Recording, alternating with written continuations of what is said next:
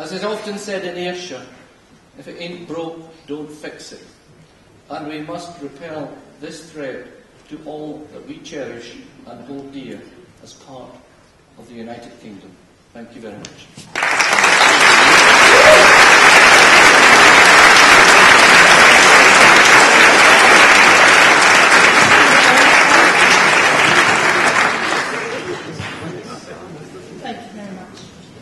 Our next speaker is a graduate of Glasgow University, previously spent 10 years as Head of Public Affairs for Scotland's university sector, and is currently the Director of the Jimmy Reid Foundation, as well as Editor of the Scottish Left Review.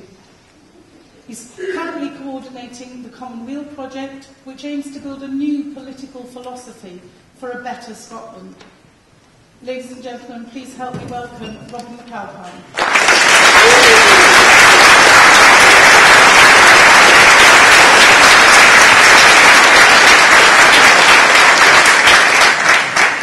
Ain't broke. Ain't broke. Let me get to some actual facts and figures. Let me add up some real numbers for you. You're sitting in this audience in Troon tonight, and you're a working person. You're working in the second lowest paid economy in the developed world.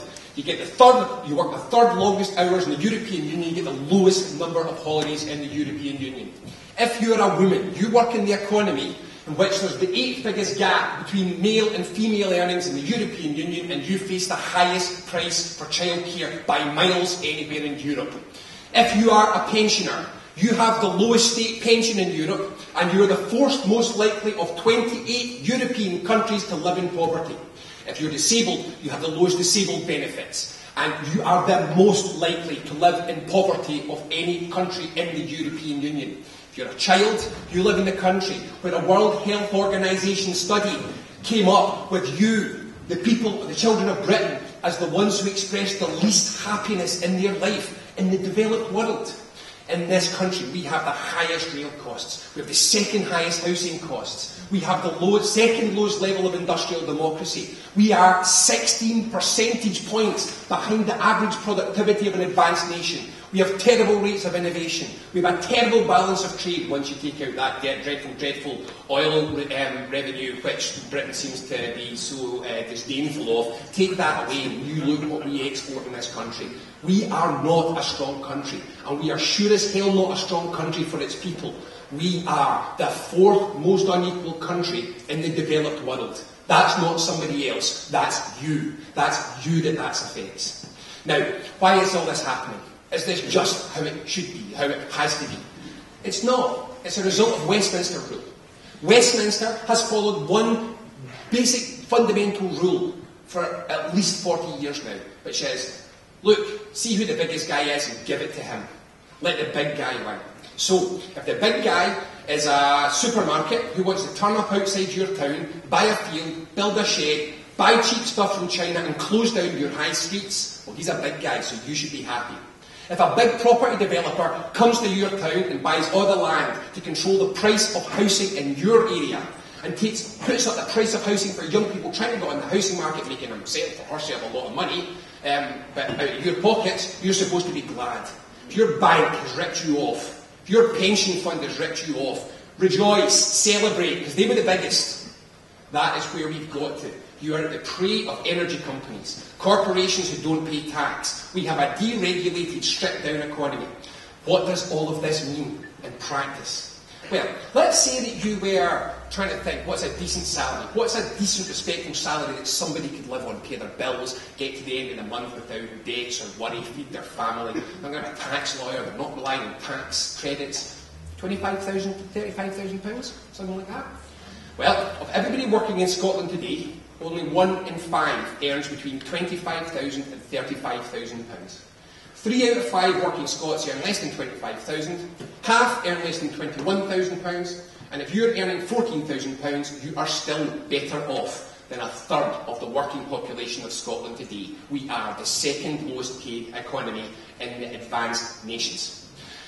We cannot go on like this. The impact of this is enormous, and it's across everything. We did a report on our website, reidfoundation.org. What we did is we took the Scottish tax model. We did nothing to it other than adjust the spread of income. We didn't touch the tax rates, we didn't grow the economy.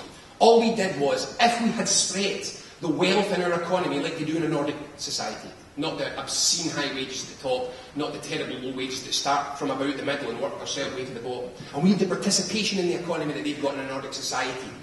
We did that. We ran the tax models again. And without raising tax at all, it generates £4 billion of additional income.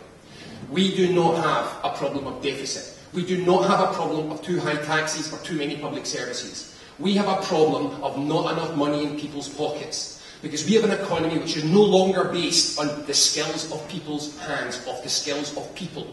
It is based on speculation, and it is based on, in effect, screwing over customers. That's what we have now. How can we get the most money out of our customers' pockets as fast as we possibly can while investing as little as we possibly can? Welcome to the British economy. It's not like this in other countries. That's not what it's like. They do things differently. They do things differently because they want to do things differently. And in Scotland, we too want to do things differently. We vote again and again and again for that different kind of politics. And we don't get it.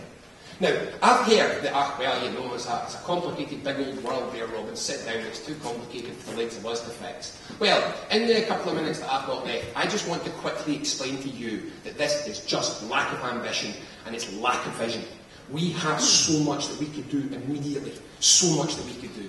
We are the only country in the European Union that does not own its national grid. If we took that grid back into collective ownership, we would get the profits. We would be able to control all the energy generation.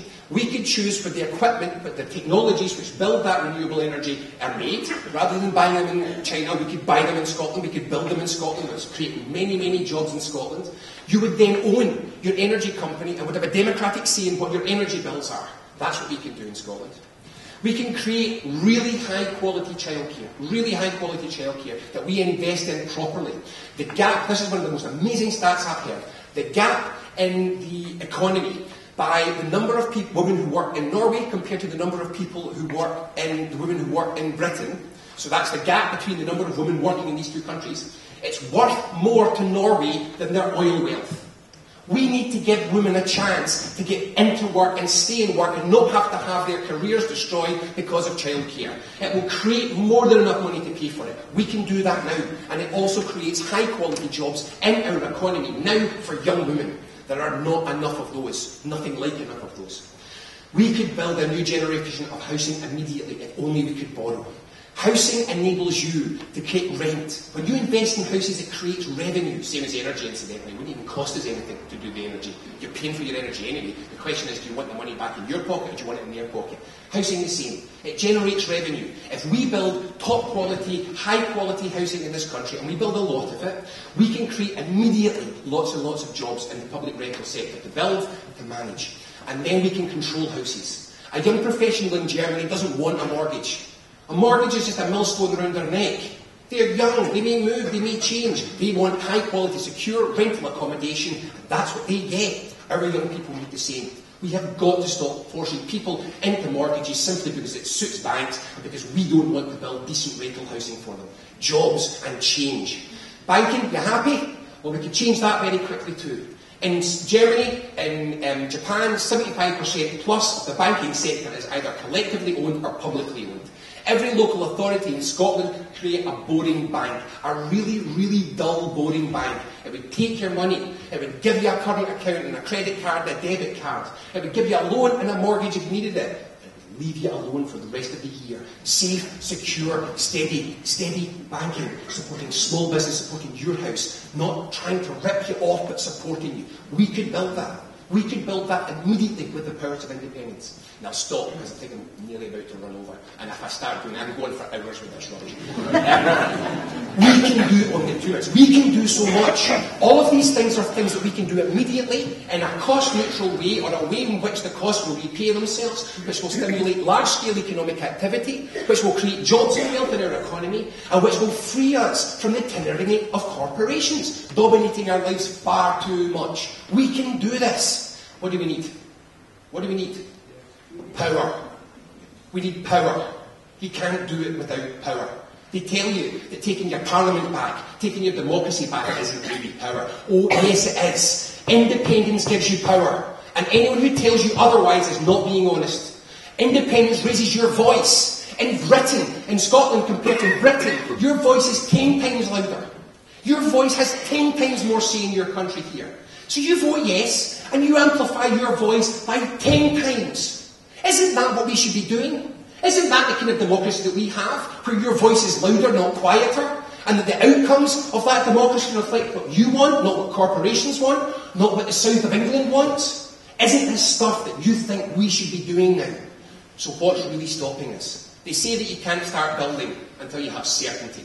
Well, if that was true, there'd be nothing built ever. Nothing built ever. If you had made them do cost-benefit on the NHS before they built it, there'd be no NHS. If you did that before the Iraq War, what? You've got to account for every bullet. They dived into that with no degree of certainty. You start a business. Do you honestly think, seriously, credibly, you could look me in the eyes and tell me all your costs, all your sales? Don't patronise us with this nonsense. There is no certainty in life.